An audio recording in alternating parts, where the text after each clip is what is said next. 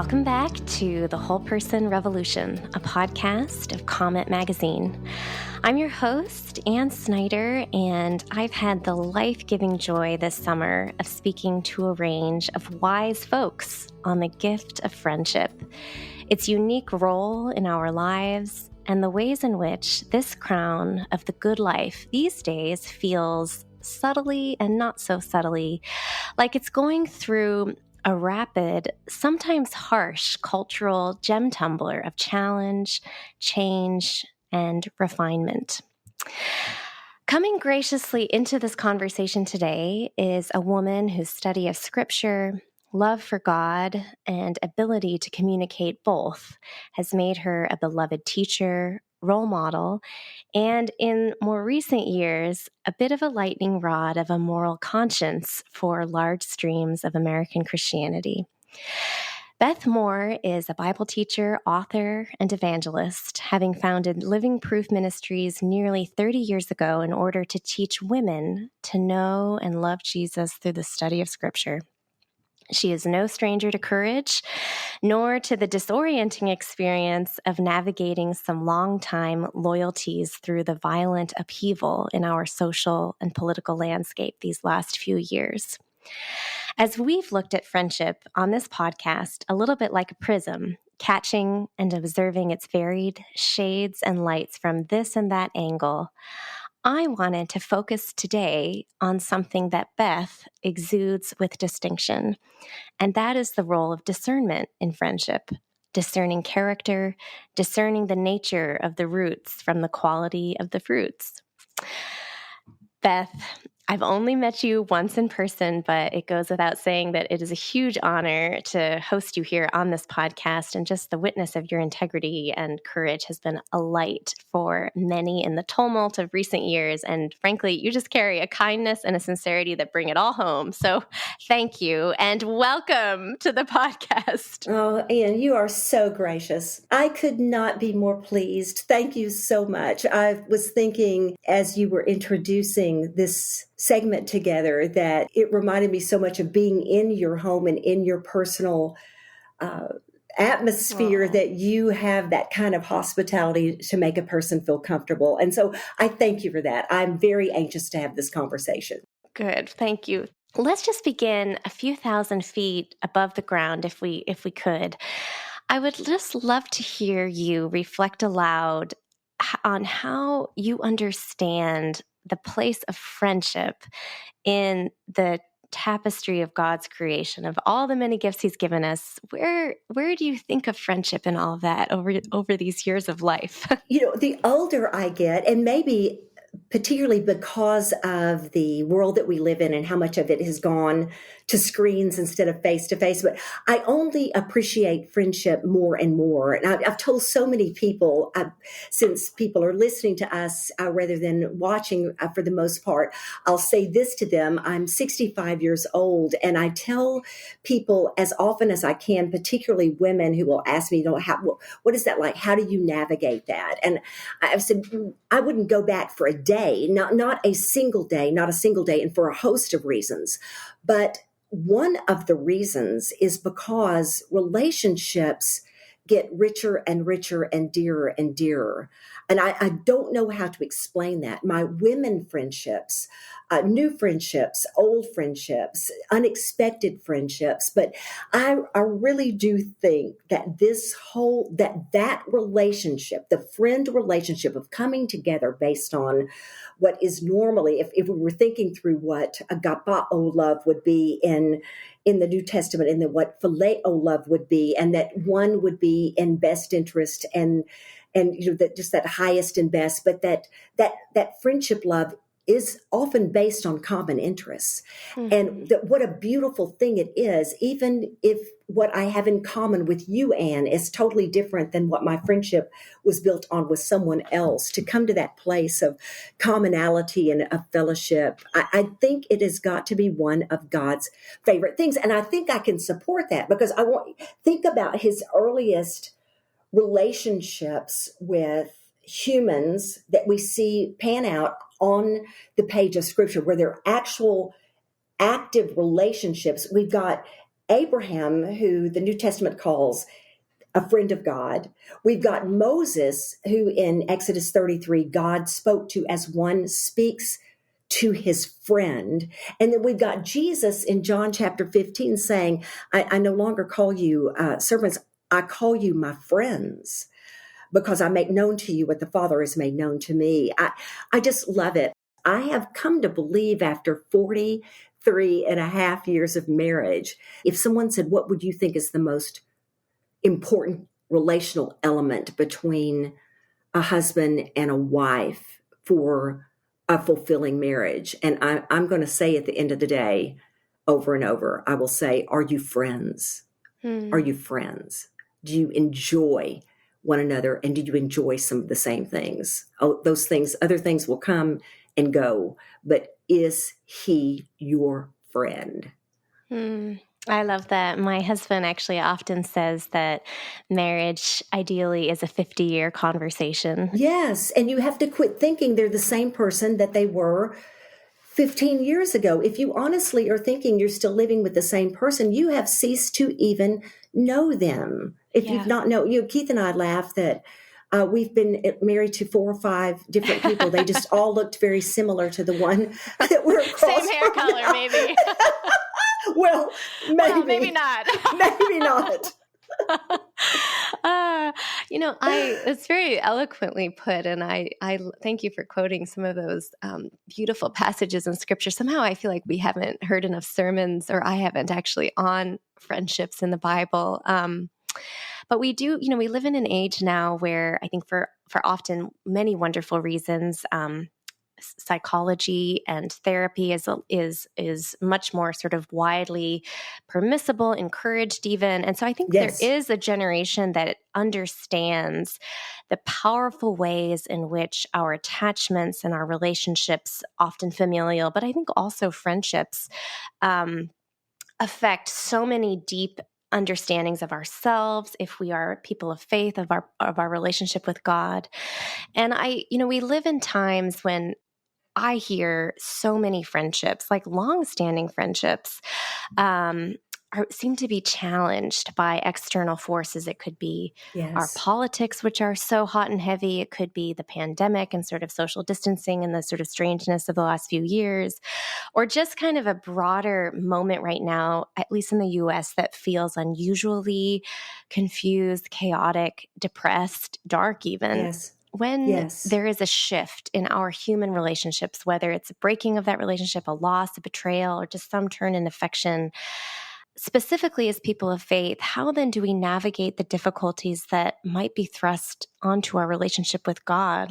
How have you navigated this interplay between our loyalties, our human relationships, and how that frames our understanding of God's voice, God's love, etc.? Big question. It is a big question, but it's such an important one right now, because I think many of us have had broken relationships in recent years just because of the enormous societal divisiveness, our political climate, the pandemic, all the things that have just really, in some ways, we can see that it's been building up and building up and building up. But might it also be fair to say that we also were caught into something before we even realized what was happening to us? We've never lived life on social media like this before. In some respects, we have to have a little mercy on ourselves that we've been caught up in a time and in a vacuum that is unlike anything that we've ever experienced, trying to have relationships that were suddenly, okay, for instance, Anne, there used to be a time, look at it this way, where even in the Christian world, we were in separate pockets, like people that were lay leaders, like I was at my church. We kind of hung out together. Then there were people that were the seminarians and the professors, and then there were the academics, all the different pockets. There were even the people that were in the choir, and then there were all of us that were the Sunday school teachers and this kind of thing. But suddenly, the regular lay world, to use a word that may not be common to a lot. What I mean by that is that not the ones that are in the seminaries, but just regular people that are maybe studying their lesson on about three printed pages of commentary, and then academics. We were all thrown in together, and so all of a sudden we had access to one another and did not know how to speak one another's language. And it's hard. It is hard to build a friendship without commonality of language. One of the things I constantly want to say, and I've been caught up in it, so I want you to understand, Anne, everything I'm saying, that if there is the least wisdom in any of it, it's come out of learning the hard way and the brokenness of it, because I have not done well with this. I have found it to be very, very painful. And but as I'm getting further in it and looking back, I keep thinking to myself, we need a glossary of terms. We don't even know, we don't understand the terms that we're even using. And no wonder we can't seem to navigate through this relationship. But I'll tell you this, I lost some friends that I have not regained. And then I have gone back after, as they have. I have to say it's been very mutual, or I don't think it would have happened. Some friendships I've gone back after and gone, this wasn't worth it. Yeah. Let's find our way. And then in the third realm of friendship, in this weird social climate that we're abiding in, almost accidentally, then there is the making of friends, and that you would never in a million years have expected to make. There's that. Yeah. So it's all of the things. There are people that I have determined to love that for now we don't understand one another well enough to fellowship the way we used to. We just have to agree in the Lord, so to speak. I'm quoting out of Philippians chapter 4, when we may not agree about another thing. Yes. That's very astute, Beth. I've rarely heard that insight, this issue of language. And yes. I think you're so right. I've often talked about, and this isn't particularly original to me, but this feeling of like, we all are products of our culture, and then you zap us into our very particular context, and we're navigating the internet layer and then our real layer. And I've used this phrase, like, it's like we've developed different moral geographies in our brains. Yes. But I think your usage of just simple language is that's such a human thing in many ways. Like, so there's an element to it that's innocent and neutral and should be a cause of sort of delight and fascination to learn how to speak. But something about it, insofar as we literally no longer can see one another's vision of the good and the true, that is Absolutely what has right. gotten so Absolutely thorny right. and high stakes. Yes. It's just really like a compassionate insight. I'll throw out one example. Great. I watched some peers just have a fit over the term whiteness, because they said we should never have to apologize for being white. And I wanted really to pull my hair out at the roots, because I knew they were misunderstanding the definition of what was being used in an anti-racist kind of conversation. That's not what was being said. That's just one example. The glossary, we just literally do not know one another's definitions for words anymore. It is like, honestly, it's like we're at the Tower of Babel, all trying to make a name for ourselves. And now nobody speaks the same language, and we're just fractured. But I don't want to make it all sound bad, because an interesting thing is happening in that we're finding our way some, making relationships and new friendships with people not only we never would have crossed paths with, but that we might have thought we would never even like. I got to tell you, I have made some new friends that I wouldn't trade for anything. And when I think what it took to make them, it makes the hair on the back of my neck stand up. But they're precious to me. And I don't know any other way I would have ever met them. Yeah. I want to ask you how, and this maybe springs off of your observation around language, but there's a lot of kind of condemnation of you clearly believe the wrong. You are a heretic to this orthodoxy. And that happens in secular spaces and more religious. Yes. I'm curious, is it possible to maintain a friendship with someone who believes you to be a heretic?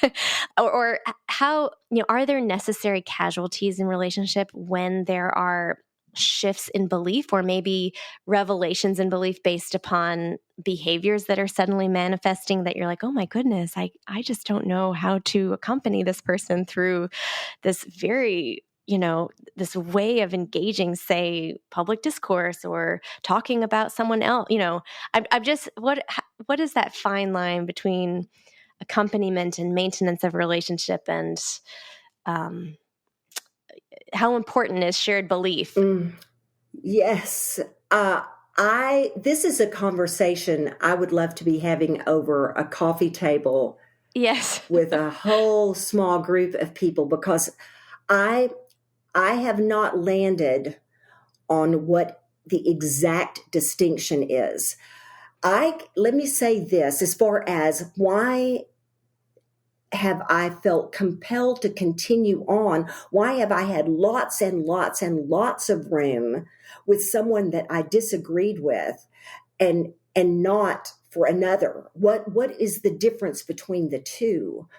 And I think it comes down to what you said a moment ago when you were talking about people thinking that they're right, that there's a way that they are absolutely right and that you are absolutely wrong.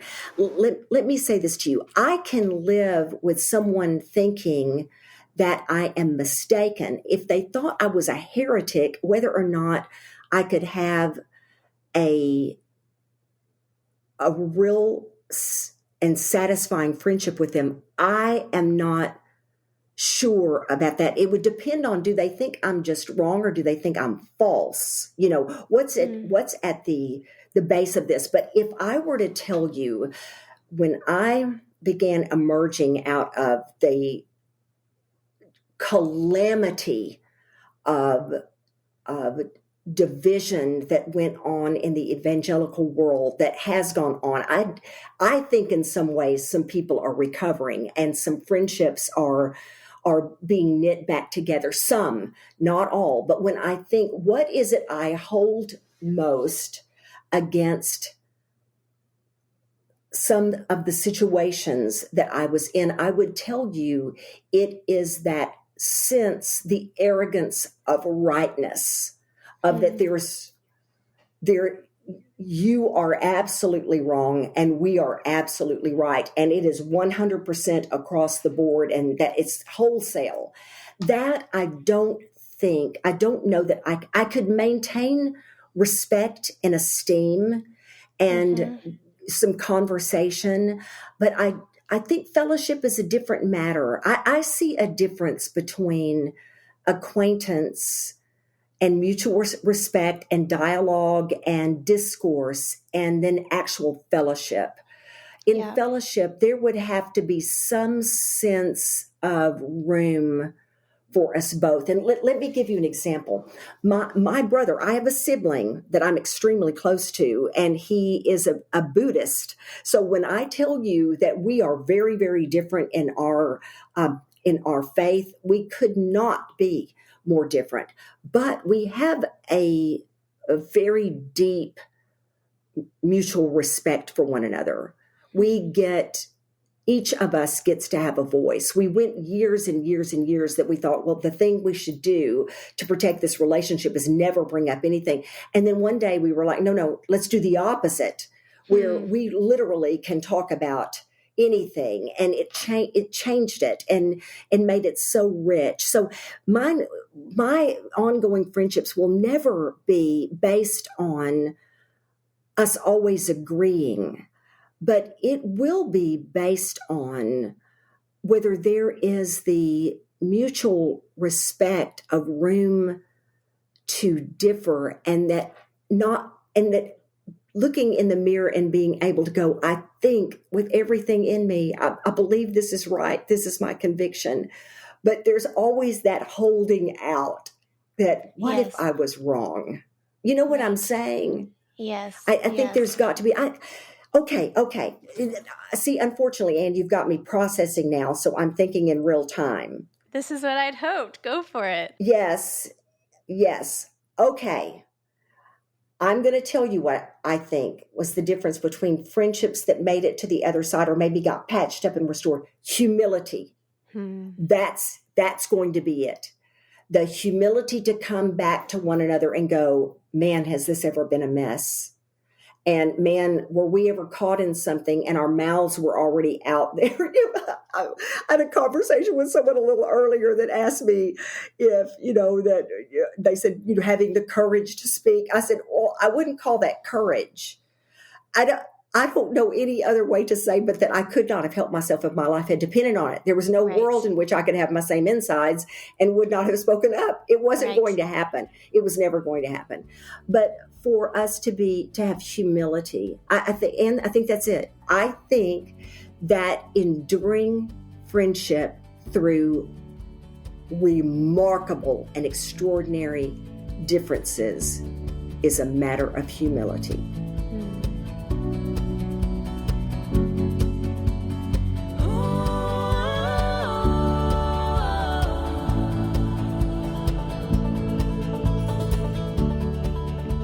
Mind, I wanted to ask you a little bit about friendship as a public figure, and I do think of you broadly as discerning and yet respecting all persons, and my experience of you has been loving to every person down to the soul. But we are limited creatures, and there are, I think, we need intimate circles of trust that are hidden. And then we need, and then there's the rest of our lives that there are all these other kinds of layers of relationships. So I'm just curious, as you've probably learned to smell true from false over the years, and in your particular role, also as a woman kind of teaching around some of the subject matter that you are, how do you navigate what I imagine is tricky terrain around discerning true friend from false friends in your particular role? Yes, and what is driving the friendship? Correct. One of the things that I will be testing in my spirit, it's not that I set out to do it, but one of the things that I could tell you in a developing friendship, I love making new friends. I love it. I was telling a friend of mine earlier that so many people have said, Beth, you could make your online life so much easier. You can make your Twitter life so much easier if you only looked at the replies of the people that you follow. Well, I don't like to do that because I like to meet new people. So that takes out all the new people. I think, well, if I'd done that, 100 people that I've gotten to know over the last year, I would know I don't want to do it. I like making new friends. But one of the things that I'm testing in an enduring friendship is whether or not it's just fine for me to be my regular self, or do I have to perform for you? Or do I have to be on for you? And I pray, Anne, that I'm the same person in private that I am in public. That really is the essence. It's really what the word integrity means, is to be the same on the inside as you are on the outside, and to be whole. and of course that goes with your the name of the podcast, that whole person, that it's all integrated, that it's a holistic kind of socialization. So I very much want that. But what I mean is that there's the total relaxation of the person, that there is the comfort level to talk or not talk. I have had situations where I realized that it was going to be that somebody was after something, and then your heart just drops, because with a platform, I just could never recommend to anyone to seek a platform ever. I cannot recommend that in any way. My view of it is, you just try to survive a platform. You don't go seek a platform. You try to get out of it with your heart still intact. See if you can do that, and then go on from there. But one of the heartbreaking things is when for the many times that you feel that you are a commodity and that you're used. And so, I want to be in the situation with people where they are not that to me, that there's no exploitation of our relationship, but it's just true. And I tell you, this is a really wild thing. I don't really know how to explain it exactly, but my very dearest friends truly are my two adult daughters, who are in their early 40s. One is 40 and the other is 42 and almost 43. And they are the people that I am my full, ridiculous, absurd, completely transparent, where there's nothing I need to do for them. Yeah. I can just be me, and they just love me, and I do them. That to me is the ultimate, that I can just relax with you, and I can just be, my vulnerable self. And that you're not after, and that I'm not after something to exploit in you, and you're not after something to exploit in me, that it's just a mutual give and take. I think that is the essence of true friendship and fellowship and partnership, is that there is a mutual giving and taking, not one giving and one taking. And that can be a beautiful thing, but it's different than friendship. Yes. Friendship is going to be where there is the balance of giving and taking, and it's mutually satisfying and very fulfilling. Oh, well said. Yes, like a true relational home. That's real friendship. I thank you for putting boundaries on it. I think that's part of what our little magazine has been seeking to do this summer, because the word friend gets tossed around so much these days. And we were like, but it is distinct, isn't it?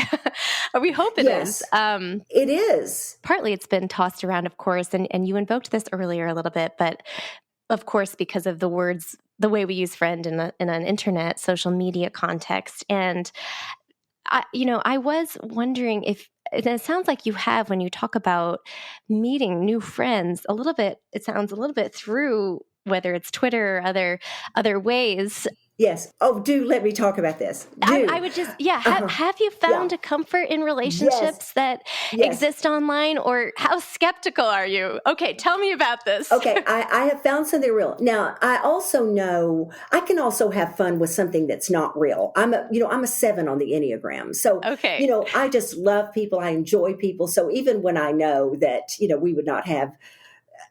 we would not have an hour's worth of conversation to enjoy, I still can have fun with it. But I will tell you that there have also been some real relationships made from it, because somewhere along the way, and it's usually after a couple of years of just exchanging dialogue. My favorite part of social media is truly the dialogue instead of the monologue. I love that. I love just conversing with people. But I'm going to tell you something, Ann, and I mean this. Every single person, bar none, that I have had the opportunity to meet in person, that I got to know on Twitter, and by got to know, I'm going to say, would have dialogued with, or at least in a group, or maybe one-on-one with, or whatever, along the way. So it wouldn't be that it's the last 6 months. It would be for several years. They've come up and we've laughed together and stuff. Bar none, I have either liked them just as well or I have liked them more. So I've been so blessed in that, because I really have found some people that were exactly what they seemed. And it will be the same kind of people every time. This is what I love in a friendship. I love a diversity. I love knowing the diverse person. I have a great appreciation for nuance. I love to be able to lean in and go, okay, I would never have expected this person to have fear of closed in spaces, to have that. I would never have dreamed this person couldn't swim. You know what I'm talking about, Anne? Just this whole wide range. The delicious complexity and the contradictions. It's my favorite thing. It's just my favorite thing to slap the table and go, I never would have guessed that in a million years. I love those kinds of things. And one of the things that I love people really different than me. I enjoy that. I'm not trying to compliment myself, because I also make my life very complicated with it. But I really do. I'm not just looking to be friendly and kind to people online. I really do just flat like it. I like it. I like when there's just something so different about you than me that I find it intriguing. I have an atheist, that just openly told me early on, I don't believe God exists. I just don't, but I like some of the stories that you tell. Fine with me. But I just love that, meeting the different layers of a person. Case in point, because this is a mutual friend, Russell Moore. Who knew how hilarious he is? I tell people this all the time. You would not believe how funny that man is, because you just don't expect. Don't expect not that. With that haircut. No, you just don't. You just do not expect him to be funny and to be. You expect him to be brilliant and well spoken, but when he's kind of a mess, it's my favorite thing, because it's like, okay, I love seeing that dynamic. So I love that. I guess I kind of. I like the unexpected. Yes. Yeah. My husband and I earlier this year, we're a little late to the game, but we finally watched The Chosen. Did you see that series about Jesus's life, mostly through the eyes of the disciples? And somehow what you just said reminds me of him, like how he would laugh at the surprise of people around him. And loved it. That first season, and I say this because I don't want to bore our listeners, but I just want them to picture it with us. There's this last shot. It doesn't give away anything in the plot. The wonderful thing about The Chosen is you already know what is going to happen, because you have read it in the Gospels a million times. But there is this last scene, and I can feel a lump in my throat even saying it to you, Anne, where they're just the last scene of that first season, that last episode, is they're just walking. You see the horizon, and he and these 12 men just walking side by side together. I've got chill bumps talking about it. It's so ridiculous, but it was just like, oh my word, just the togetherness of it. I just love it. And that they were so different. I will tell you, since we're talking about friendship and we're talking about making them and liking the diversity and all, and meeting new people, I will also tell you that we have nearly a standing date every week with our best friends, stay with me here, of 43 years. Oh my goodness. That's amazing. What a practice. Years. Oh my goodness. So we've not kept up the weekly date all that time, but we have been friends. We were best friends 43 years ago.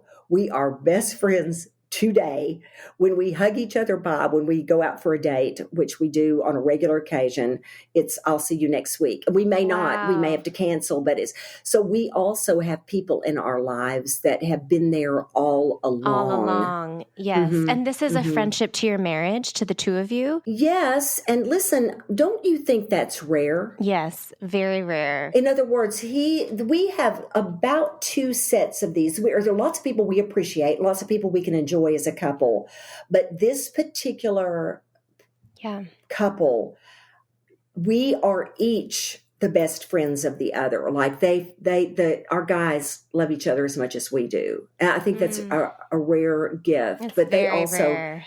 They know us before. There's none of this. There's none of this being starstruck because they have been there all along.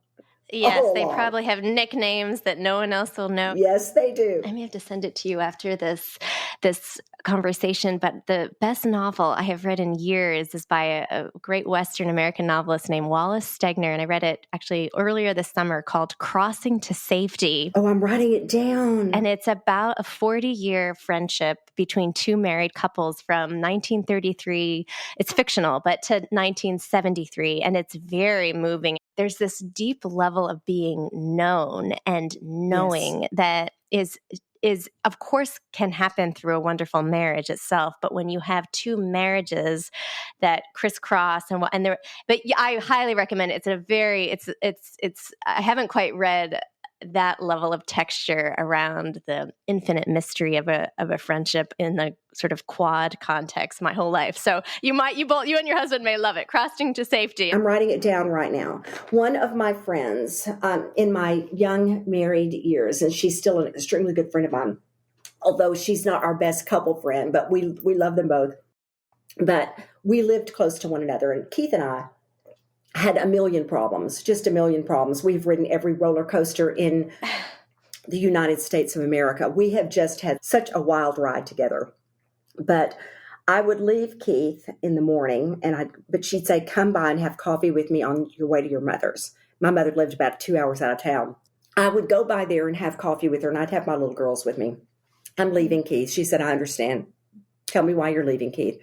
Well, I'm leaving him for the following reasons. Well, she'd say, well, why don't you stay for lunch? You've been here this long. So I'd stay for lunch. A little bit in the afternoon, I'd go, well, I better go on home. And so I'd pack it up and I'd go on home, and I'd go back to my home because by that time I had talked out all the reasons why I wanted to leave my husband. I felt better about it, and he'd come home, and he would forever say on those really bad days when I poured out my heart to her and told her how much I wanted to leave my marriage, he would say, well, how was your day? And I always wanted to go, well, I left you today, but I came back home before you got home from work. That's a friend, isn't it? That is a true friend. That is a true witness. I also have to say, because, I minister to women all the time, so I can't help but do this. I also have to say, you better have a woman in your life or a friend in your life that can also say, you know what, I'm keeping you here. You're unsafe. And I don't want you to go home. Let's go get some help. And so it would go both ways. My thing was not serious enough to have left my husband. But there have been times that I have had to say to women along the way, I think we need to figure out how to get you some distance because I don't think you're safe.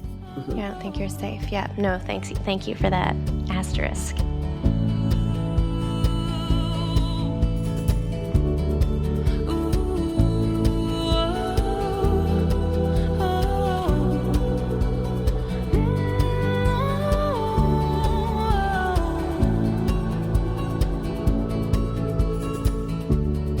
So on Twitter, it may have been about a month ago, you wrote, I grow only more intrigued by friendship. You know the kind. Friendships you can't fathom missing. Like you can't think you'd even be the same person had they not come along. I've been an employer for 30 years now. One of the best parts has been watching friendships bloom. So I loved this because I think a lot about organizational culture. And I was wondering if you could shed some tips on how you've cultivated, or you and your colleagues have cultivated, a culture of friendship and mutual trust within sort of an organizational context. I can feel the tears stinging in my eyes. You reading that? Let me tell you Oh, something wonderful, Anne. Before I came up to my office to hop on with you and have this podcast, I had lunch with my staff. I probably have lunch with them, a couple of times a week. These are my best friends. We minister together all the time, and we go from 22 years old. My youngest employee is 22, and then my oldest one is 76. So we have wow. all this space in between them. And in fact, the friendship that I was talking about there is my youngest one and my oldest one. I mean, they are thick. And so I just had lunch with them because we were celebrating one of their birthdays. So the whole staff was in. Any of our in-house, in the city, in Houston, people were here. And we're small staff. It's only about 15 of us. But I was telling them, I said, you know what I'm getting interviewed about today is friendship. And I said, it's because I tweeted about the two of you. And Oh, we laughed and we talked, and we sat and just had camaraderie over it. I will tell you, it truly has been the grace of God. So what we have experienced in the nearly 30 years of the existence of Living Proof has been born of him and him alone. But for whatever reason, it's been an atmosphere of joy. Now, there are lots of hard things that happen. And let me tell you, the political climate of 2016 brought us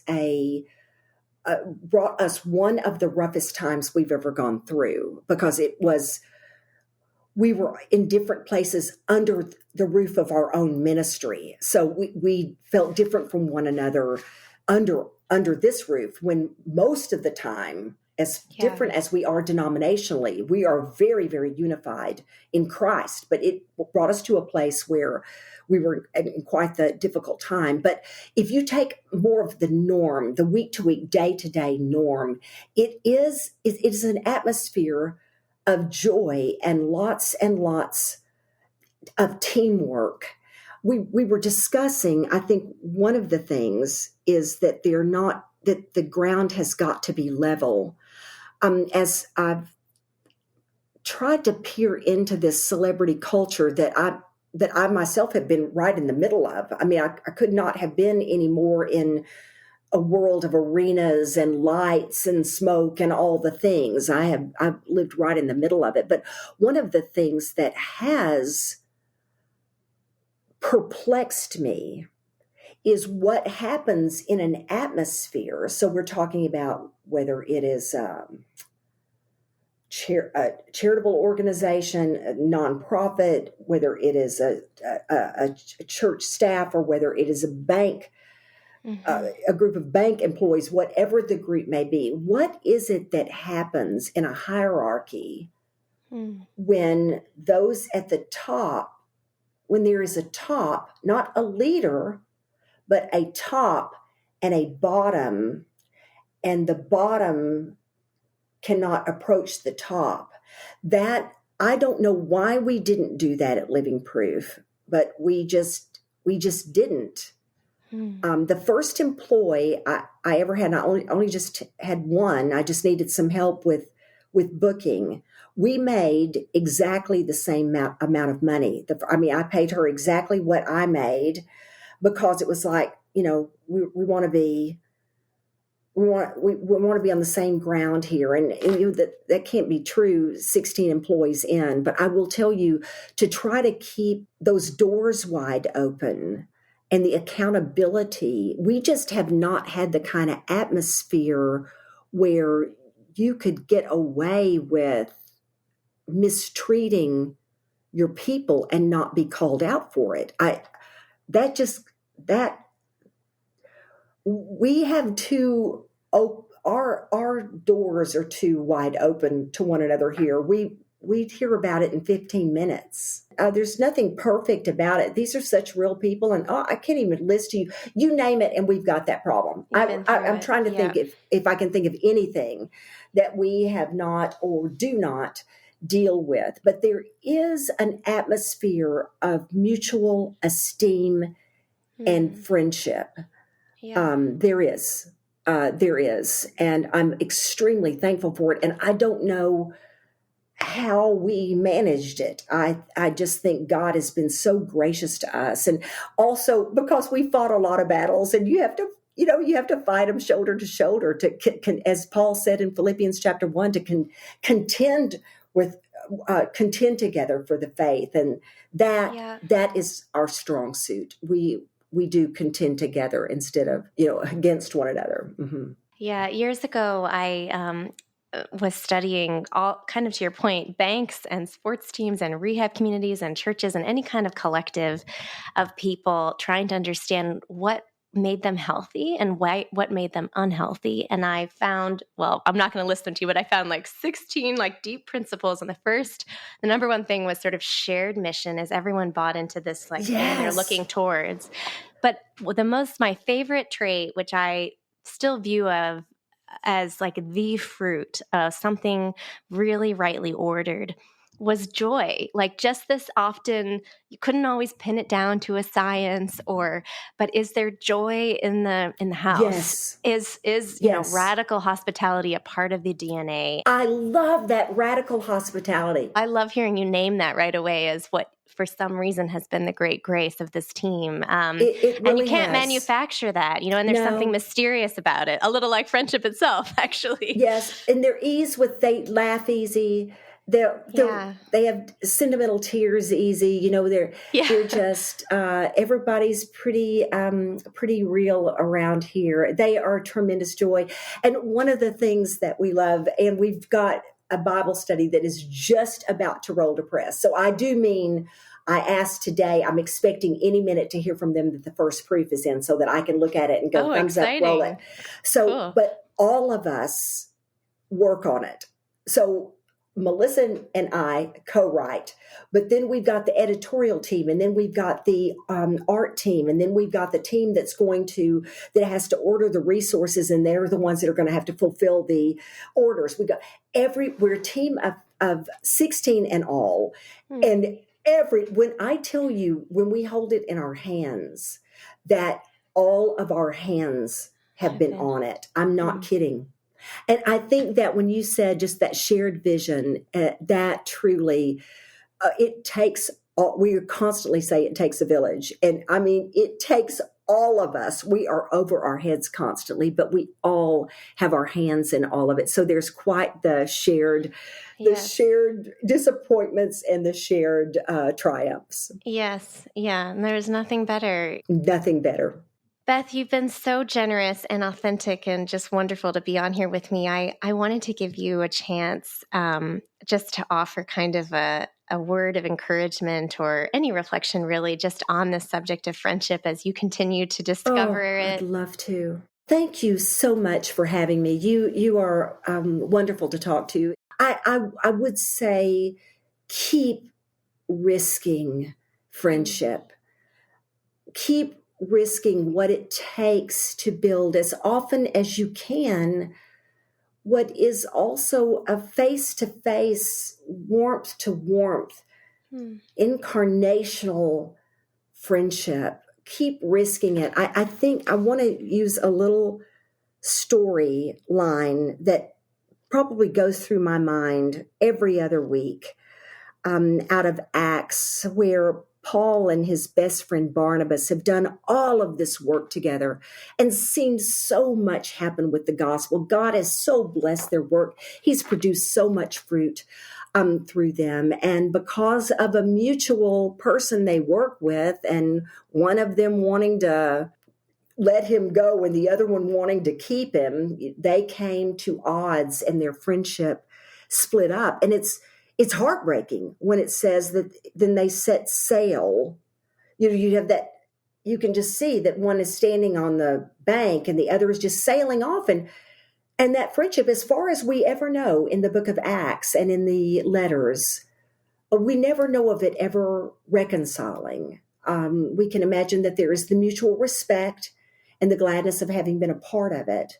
But what's so interesting, Anne, is in the very next scene, Paul goes with his small team to another town, and that's where he meets Timothy. Timothy will become one of the dearest people in Paul's entire life. And what I want to say to you is that if because of Barnabas, we think, I'm never going to get close to anyone again. I'm just not going to do it. That kind of, nobody can be trusted. When we start doing this, at the end of the day, nobody can be trusted. I'm not even going to do it again. I'm just going to keep superficial. I mean, I want my relationship with God. I want it with my family, but I am out of that now. I'm not taking any more chances on that.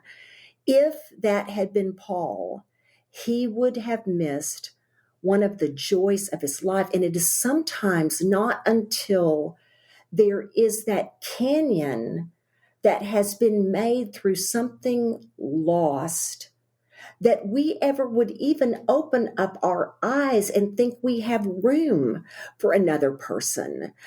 Paul and Timothy were not even in the same generation. Why would they have even had room for one another?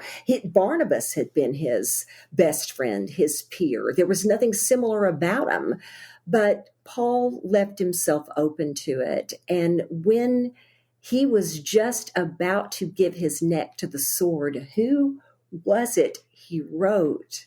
Who was it he called for? But that person that came into his life in the space of his brokenness. And I just want to say that don't give up on it. Don't expect it to be perfect. Don't expect it to be static. Expect that friendships are going to have seasons of being closer and more distant, that they're going to change. Listen, the nature of a healthy friendship is that you can adapt to change, but stay out there risking it. Don't cut yourself off from friends. It is one of the richest relational dynamics the Lord created. Beth Moore, you are something else. Thank you so much. Make room, risk friendship. Thank you. And it is a joy, not just an honor, but a joy to be with you for this hour. Thank you, Ann. Just grace expanding. Thank you. I loved it.